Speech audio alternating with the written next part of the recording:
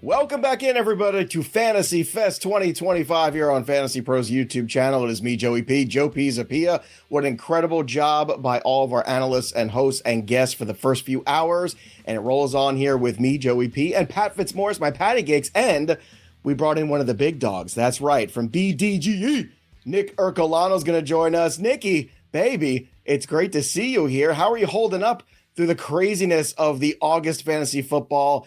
Just noise. It's just a lot of noise, a lot of stuff going on. Are you doing all right, my friend? Joey, baby, love the intros always. The enthusiasm gets me going. Yeah, man, the summer, as you know, is just an insane amount of input into our brains, and we try to match it with the output going on. So I try to, stay up to speed, and I think I'm working hard until I go look at your guys' YouTube channel, and then I'm like, I don't even know why I'm trying over here, man. Well, we're excited that you made some time for us and carved it out here. And again, it's a lot of disseminating information, a lot of decision making. And one of the biggest decisions that everyone's going to make is that first pick. So we're going to go through the first round, talk about the guys maybe that should be going in the first round, maybe guys that should finish as first round talents, break down the top fives, the top 12s, all of it here for you. And Pat Fitzmaurice, they always say, well, you can't lose a fantasy draft in the first round. And I say, I beg to differ, because just ask those people who took CMC 101 last year. They were not too happy. Yeah, you can certainly lose it in the first round, Joe. So, let's dig into this first round and see who the potential landmines might be. All right, let's start with the top here. Again, this is the consensus right now that we're looking at for the top 12 players. Let's start with right now that top 6 grouping. And again, you can go to fantasypros.com to see the consensus rankings. It inputs all of the ranks from all the different sites here, all the ADPs, and it gives you the ECR and the ADPs all in one spot so you can take a look at it. Jamar Chase, the consensus 101. That's not a big shock here for anybody. Bijan Robinson at number 2, Jahmyr Gibbs sliding into that 3 spot, and then Justin Jefferson at 4, Saquon Barkley at 5, and CeeDee Lamb at 6. Pat, let's start with you on this one here. Is there somebody you want to move up in this 6 here that maybe is top 3 worthy? Yeah, I think CeeDee Lamb should be number 3, at least in leagues where you have to start 3 wide receivers. Then Lamb should be going 3rd, and Jefferson should probably be going 4th, right behind Jamar Chase and Bijan Robinson. The wide receiver position is just so important in a league where you have to start 3 of them, because most of those leagues are 1 quarterback, 2 running back, 3 receiver, 1 tight end, 1 flex. So 3 receivers, that's 3 of your 8 non-kicker, non-defense positions. That's 37.5%, 50% if you flex a 4th wide receiver.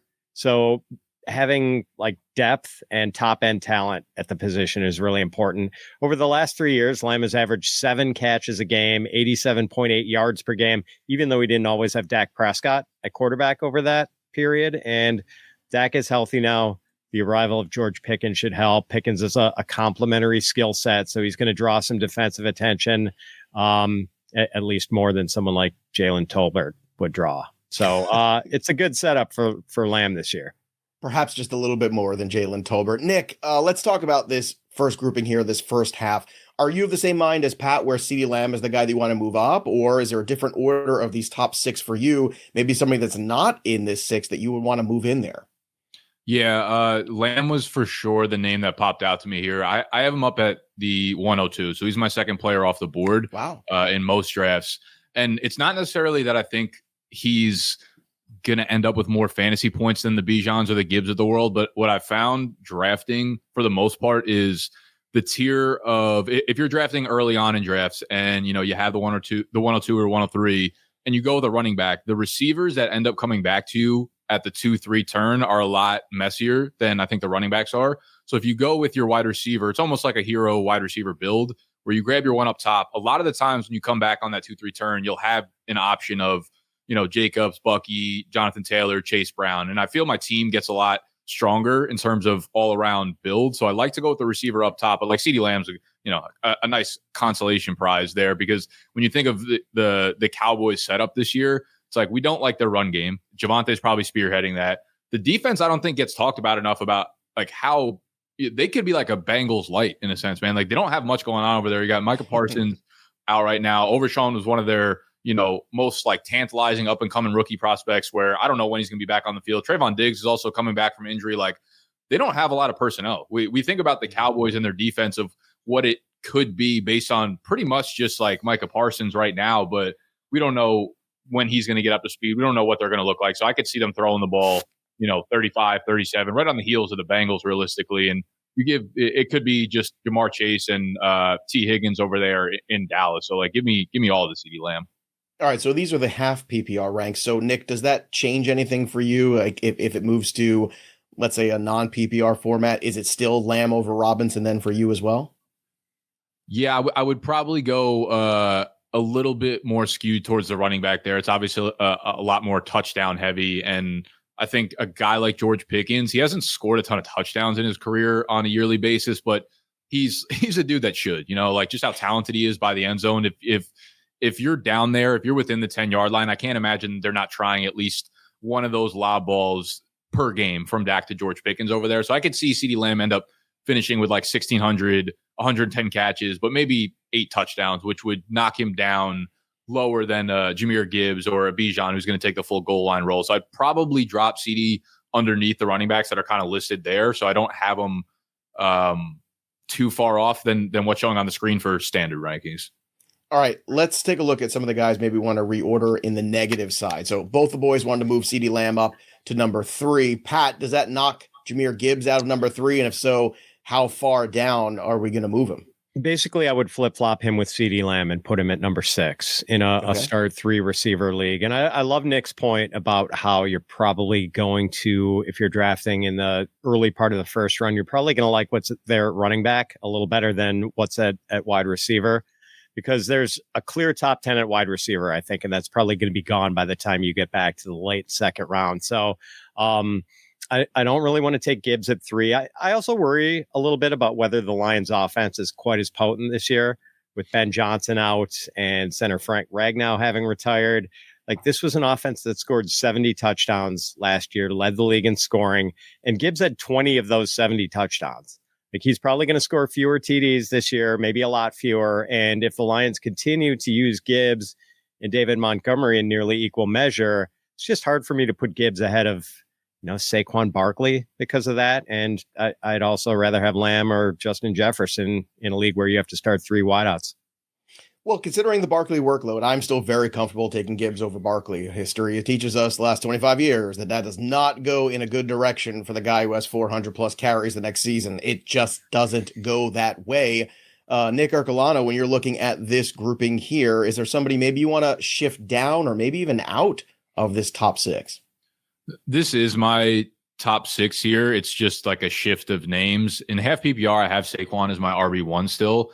And I get the risk, but I don't know. I think back to dudes like LaDainian Tomlinson was, sure, maybe he wasn't 400 touches and then the best year of his career the year after that, but he was a perennial, annually 380 touches, 390 touches, and still putting up 16, 17, 1,800 yards from scrimmage. Saquon, the offensive line is still incredible. The offense is going to be incredible. I wonder, too, with the passing game, if they do end up being a little bit more pass heavy due to some defensive personnel they lost or a little bit of a tougher schedule, I don't see Saquon being a 60 or 70 catch guy. That's just not who the offense is, I don't think, at this point. But with Kenneth Gainwell out of there, I do wonder if we can get a boost of 10 to 15 more catches. And that could end up being valuable, especially with a dude like Saquon, whose explosiveness is just like off the charts. And kind of a crazy stat I came across researching this summer was the Eagles' pass rate last year was the lowest of any NFL team since the 2009 Jets, which was Mark Sanchez's rookie year. So, I'm not someone who drops into the whole everything's got to be all this positive regression, because I think there's so many stats we don't look at when we kind of throw that out for a raw number, but they're going to have more pass attempts, and it does make sense to have a guy like Saquon Barkley involved more in the passing game there. So I think his passing upside might be a little bit more underrated. And as long as we haven't heard much out of camp in terms of Saquon looking slow or anything like that. So I'm going to go business as usual with Saquon here. Fun fact, because you were talking about some fun stats there. I am speaking solely about the carries, which is 436 for Saquon combined with all of that. Never did LaDainian Tomlinson, ever get to 400 carries in a regular season. The highest he ever got to in a regular season was 372. Of Of course, you can add in some more of the carries for some of those years he had playoff runs as well. But it was interesting the way they used him in that offense, so much heavier in the passing game, but he was so efficient. One year actually had 100 receptions. Unbelievable. So that was his 413 combined that one season in 2003. So, I mean, you look at some of the data there, it certainly does point that he's the outlier. Maybe Barkley can be that outlier again. Certainly he's set up in a good situation there, Pat, when we're talking about Saquon, where you know that they want to run the football. You know how good that offensive line is. But when we're talking about the Sean Alexanders and we're talking about, 2005, we're talking about the Edgerrin Jameses, the Jamal Lewis who did it twice, the Arian Fosters, the Curtis Martins. There's Hall of Famers in there that I'm talking about. In 25 years, it does not go well. They don't even finish as RB1s the next year, and yet we all seem very confident if Saquon is a top 5 pick. I still can't get there. Do you still have Saquon in your top 5, Pat? I do, Joe. And I know those are some frightening ghosts, some frightening specters you erased. But, every time I think of fading Saquon, I just put on that tape of him jumping, high jumping backwards over that guy. And I just try to remember that he's running behind probably the best offensive line in football and that he's a freak athlete. And then I feel a little bit better about it. All right. Let's continue on here. We're going to continue to talk about this first round, and we're getting into the middle, which is where the real debates begin. But don't forget about the tools here at Fantasy Pros. I always say the same thing. Don't be a tool, use the tools, and Draft Intel is one of the best tools we have here. It's going to show you how your league mates actually draft based on up to 5 years of real data. Find out who always takes wide receivers early, who is the person in your draft fading tight end or taking QBs late. Well, those tendencies are all going to get exposed in broad daylight with Draft Simulator, and it's going to test out the real strategies for you against your actual league while you're mock drafting. So that is perfect if you want the real intel of how to crack the code in your draft. So try it right now, right after the show, fantasypros.com/intel, and draft smarter than ever before by using the tools here. Download Fantasy Pros app today. All right, boys, let's get into this next grouping here because this is where the debate really begins. All right, 7 through 12, again in the half-point PPR, Malik Neighbors in the ECR, the expert consensus rankings, Puka Nacua at 8, Nico Collins at 9, my boy Amon-Ra St. Brown at 10, Christian McCaffrey at 11, Derrick Henry at 12. Nick, you're looking at the board right now. Who do you want to move up here in this 7 through 12 grouping that maybe is not in the right order? Yeah, I mean, it's really hard to argue these wide receivers. They feel like they're a centimeter apart, and it's like based on the injury report that day at practice with Malik Neighbors, his toe are back, Matt Stafford's back. Just like what ends up swelling up the night before is basically how the rankings end up settling in the next morning. So I don't have a ton of problems with the list here. I will say, and I know this is not a popular stance, I don't have C-Mac inside my top 12. He's not a guy that I'm taking in the first round.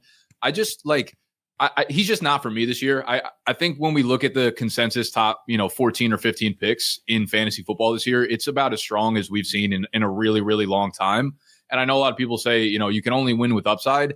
I don't actually really think that's the case in a managed league. Like, I think if you hit on your first and second round pick, like I feel like you are fine. And you making the playoffs, anybody can win at that point. The number one seed, I feel like if we did studies on this, more often than not, the number one seed probably doesn't win their fantasy playoffs. I'm just kind of talking right now. But I'm just saying, like, people use that as a bit or a talking point, and I get it. Like, C-Mac's upside is obviously crazy, and every running back so far this offseason for the Niners has pretty much gone down with an injury at some point or another. So it would be a long shot for C-Mac not to be the guy at this point this year. But he's getting older. Like, eventually that scar tissue starts to build up on these running backs. And he just scares me a little bit when you got guys like Derrick Henry and like Brian Thomas Jr. is a guy that I would put inside the top 12 here. And I would gladly use a first round pick on.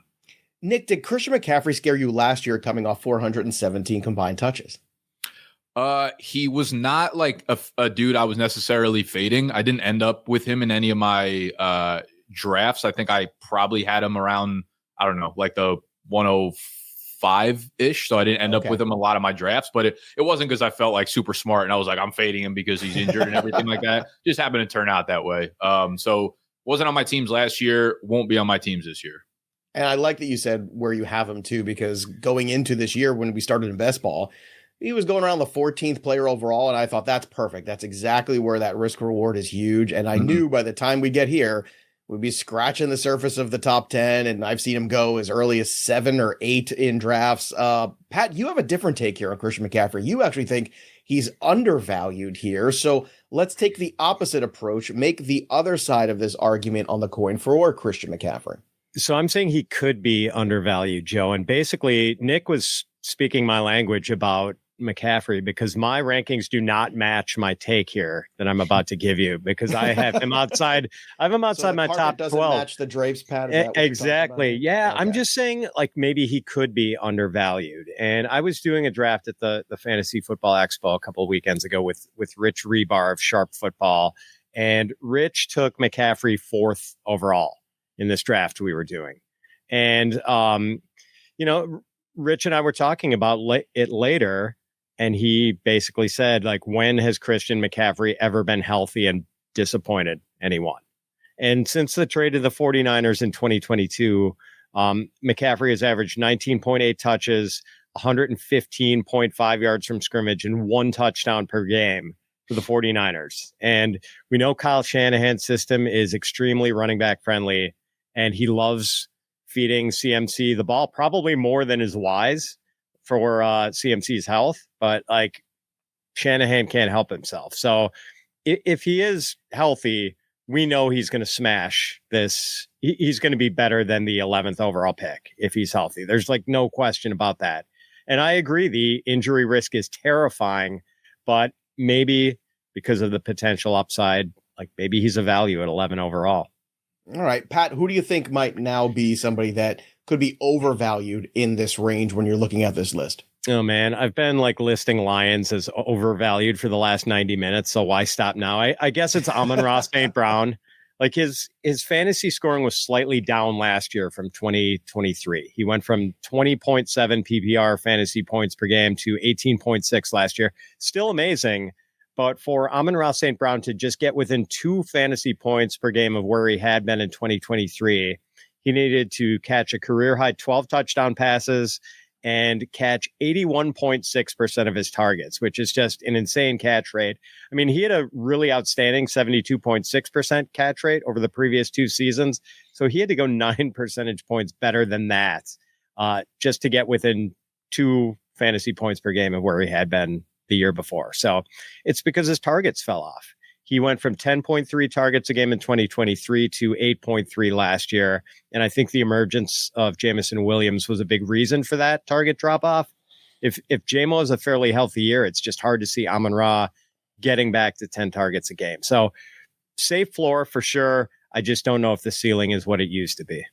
All right. Well, maybe the ceiling isn't 1,500 yards like it was in 2023, but 1,263, pretty darn good. 100 plus catches, 3 straight years. Nick, what are your thoughts on Amon-Ra St. Brown? He's one of my favorite targets in this range because I think there's very little bust potential. I think is a very, not just floor that's strong, but a high floor at that. Maybe the ceiling isn't what it could be of that 2023 season. Where do you stand on Amon-Ra?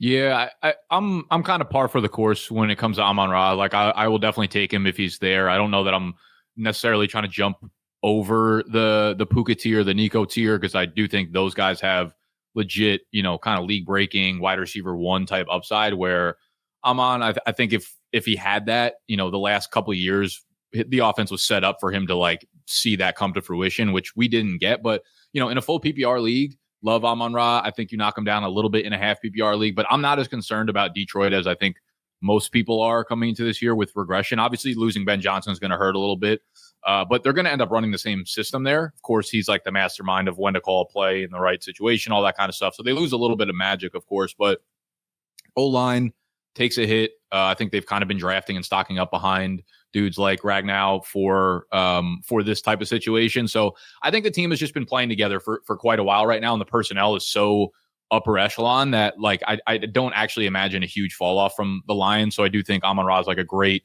floor play where again, I won't take him above those high end wide receivers, but if he drops to me at the 12 pick and I can grab Amon and like a Devon Achane or something like that on the 1-2 turn, I love the stack of those two.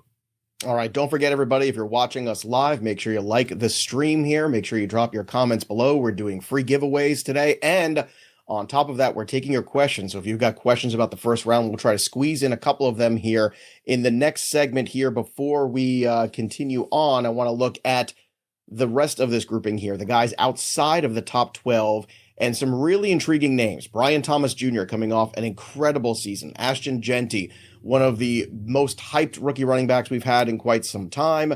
Devon Achane at 15, Drake London at 16, A.J. Brown at 17, and Brock Bowers at 18. So, Pat, let's talk about this grouping here. Of all these names, who do you think is the most worthy of putting into that first round conversation?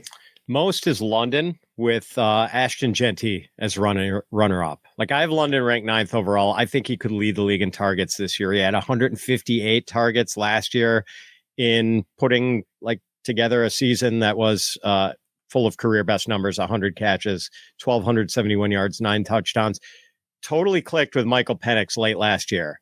In the 3 Michael Penix starts at the end of the season, London had 22 catches for 352 yards and 2 TDs on 39 targets. That's 13 targets a game. Huge guy, runs good routes, beast at the catch points. Totally legit breakout. I think we'll see more of the same this year. And then Jeanty, just a phenomenal prospect. And when we have seen running backs go top 12 in recent NFL drafts, results have been pretty good. There have been 6 RBs drafted top 12 in the last 10 years. Bijan Robinson and Gibbs in 2023, Saquon Barkley in 2018, Christian McCaffrey and Leonard Fournette in 2017, and Ezekiel Elliott in 2016. It's pretty good company. And Jeanty just checks every box as a prospect. His contact balance. I mean, you've got to hit this guy with an anvil to knock him off his feet. So goes to a team with an old backup. Pete Carroll is going to be 74 this season. He's in his golden years. Do we think he's going to pull back the reins on a prospect this good? After the way it, though. I mean, the energy level of Pete Carroll is unmatched, Pat. It's true. Unbelievable. Very true. Very proud of that guy. All right, let's get your take here, Nick, on some of these names here going outside of that group. Drake London, Pat will go as early as 10th overall. Is there somebody in this grouping that you want to thrust into that first round conversation? Yeah, I mean, I had Brian Thomas Jr. I have him up in the tier with those other receivers. He is my 9th overall ranked player. It's, I was relatively skeptical about Liam Cohen coming in and just being the savior of this Jags offense, but I think, I don't want to put too much stock into preseason. What I'm excited about is what we've seen from their offense in terms of how progressive it's actually looked. This is a team that never used play action last year, did not use motion, and Liam Cohen and the Bucs were, a 40% marker team last year. And I think we're seeing that already in the preseason. They're using those types of, defensive tricks basically on a near every down basis at this point. I think that's just easy layups for your top targets. Trevor Lawrence looks sharp. I think their defense is still pretty bad. They'll have to score a lot of points. They play in a soft division. So BTJ for me is a dude that he's so talented. He can catch the deep balls. I think one other thing that's really going to be super useful for receivers in a Liam Cohen offense is the amount of screens that he uses in his games. He just gets their receivers really, really easy targets. So even if BTJ wasn't a high volume guy last year, he'll probably get screened up 2 to 3 of those per game, kind of raising his PPR floor. I think that's the same with Travis Hunter too. So I love BTJ. Big fan of, honestly, everyone on this list is a phenomenal pick in the second round. One guy I want to move up into this conversation is Chase Brown for sure. I think he is. Wow. Yeah, I think he's one of the easier late second round picks in recent memory in fantasy football. To be honest with you, everything we've heard from the entire Bengals camp this summer was that they're kind of redesigning the game for Chase Brown. It's kind of funny. I was listening to the Athletic podcast a couple of days ago, and they go to each camp and they pull a beat reporter onto their podcast, and they were like, yeah, last year they had a totally different run game, literally because they couldn't do outside zone runs often because Zach Moss is not fast enough to get to the ball and get outside of the tackle on runs. And he's like, we've completely redesigned the game for Chase Brown's explosiveness. And he's the guy. I mean, if you watch their preseason, when Joe Burrow's on the field, Chase Brown's in every snap guy. He's right. Playing on the goal line. He's playing on early downs. Samaje Perine will come in for a snap or two, and then it's immediately back to Chase Brown. And if last night's game was any indication, this defense might be worse than it was last year somehow, and they're going to have to put up 35 a game. And Chase Brown, I don't know what else we need to see to know that he's going to be the workhorse in one of the highest scoring offenses in the NFL. Yeah, it's a great take there. Chase Brown, not a name that you see right there, but a name that you should be targeting. Nick Ercolano gives a great reasoning why. Hey, Pat, real quick here before we get to the Q&A. If I told you could have a running back that had almost 2,000 yards and around 18 touchdowns, would you want him as your first round pick? I'm just curious. Would you want Derrick Henry? Because I feel like he doesn't get any respect. That sounds pretty good. Yeah, he's not in the top 18, Joe. That has to hurt your heart. He is. He's at 12. He did. Oh, was he at 12? That's right. But that's perfect, right? You kind of just gloss over him, right? We just take him for granted. And I'm telling people right now, don't do it again. Don't do it. There he is at number 12. And remember, if he gets to 2,000, he gets to be in an Adam Sandler movie. He made the bet with Adam Sandler on the podcast, and people think it's a joke. Welsh and I do not. We know how seriously he takes that kind of stuff. Derrick Henry, watch out, friends. He just got an extension to always follow the money. Also, another good practice besides following the money is also downloading my playbook and using all the tools here. So if you've drafted already, or if you're just about to draft, make sure you sync your leagues instantly to my playbook to get custom advice on how to manage your team throughout the season. You can see the top available players, the power rankings, and even more, and it's all free. You can even check out the Are They Playing tool, which is great. We use it here on the shows here right before kickoff. It'll give you the estimate on game day availability on the injured players, the likelihood of them playing, and if you're a premium member, it's a perfect time to go premium right now. You unlock all kinds of helpful waiver, trade, lineup, and even league analysis tools. So don't be a tool, use the tools. You can even auto start your team's optimal lineup every week on autopilot for the leagues that you really don't care that much about, but you don't want to be that guy or girl who doesn't set that lineup. Sync your leagues for free. Dominate every single week of the season with my playbook at fantasypros.com/myplaybook, or just download the Fantasy Pros app today and get going. Let's get to some of the questions here we have in the chat. So if you've got first round questions, I want you to drop them in here. Here's one from Jeremy. I traded my next 3 first for CeeDee Lamb and a second. Did I win or lose? You guys love CeeDee Lamb. Nick, what do you think? Is this too much to give? I mean, it's a heavy price, but I'm actually really never against trading for a surefire asset, especially if you're, right there to compete. CeeDee Lamb is easily a piece that could put you over the top. I actually made a trade in my during one of my rookie drafts this year where I gave up. It was like the 106, the 112, and Jalen Waddle for CeeDee Lamb, and I was like ecstatic to do that. Now, that 106 turned into Travion Henderson, the 112 Tyler Warren, and then Jalen Waddle. So you start to put the pieces together. It's obviously a powerhouse group of 3 guys. But at the end of the day, it's like you know what you're getting in CeeDee Lamb, and he's someone that pushes your team over the edge. Here's another one here from ISC Cooper. When should I draft Travion Henderson, Egbuka, and Matthew Golden? Pat, these are 3 names that are really buzzworthy right now. Do you have a round or an aggressive round in mind that you want to go for 1 or 2 of these? Yeah, I mean, I've got Henderson as a late 4th. I think you could justify going, being a little aggressive and maybe getting him somewhere mid 4th or so. Egbuka, it seems like he's a guy who's going to be moving up, especially with the Jalen McMillan news. I don't know if we know when Godwin's coming back. So maybe he's like a 7th right now. And Golden, maybe just a little later. We'll see. I mean, he could maybe play a big role, but I think 8th or 9th. All right, Nick, of these 3 guys, Henderson, Egbuka, and Golden, who's your biggest target in terms of the return on investment? I mean, obviously you're taking Henderson straight up just based on kind of ADP. I would say the guy that I've been on all spring and summer has been Egbuka, so I won't abandon ship now, though Golden is looking sexier and sexier by the day for sure. All right. So is that YouTube channel of yours, Nick. So I want you to tell us what's going on with the BDGE boys and what you guys have cooking here during fantasy football draft season. Yeah. Not too different than what you guys got going on. We're trying to put out fantasy content daily leading up to your drafts. We'll be doing the same in season. We also have the trivia side of things. So if anyone ever wants to take a break from talking about Devon Achane for 0.5 seconds, you can go do so at the BDGE NFL Trivia channel. We got videos going up pretty much daily over there about any topic you could possibly think of. Nick, thanks so much for joining us. We appreciate your insights and your time here. We're going to hit a quick break. When we return, Justin Boone from Yahoo joins the conversation, and Andrew Erickson is back as well. We're going to talk about the league-winning sleepers. That's what you're all waiting for, so don't go anywhere. We'll be right back with more Fantasy Fest 2025 right after this quick break.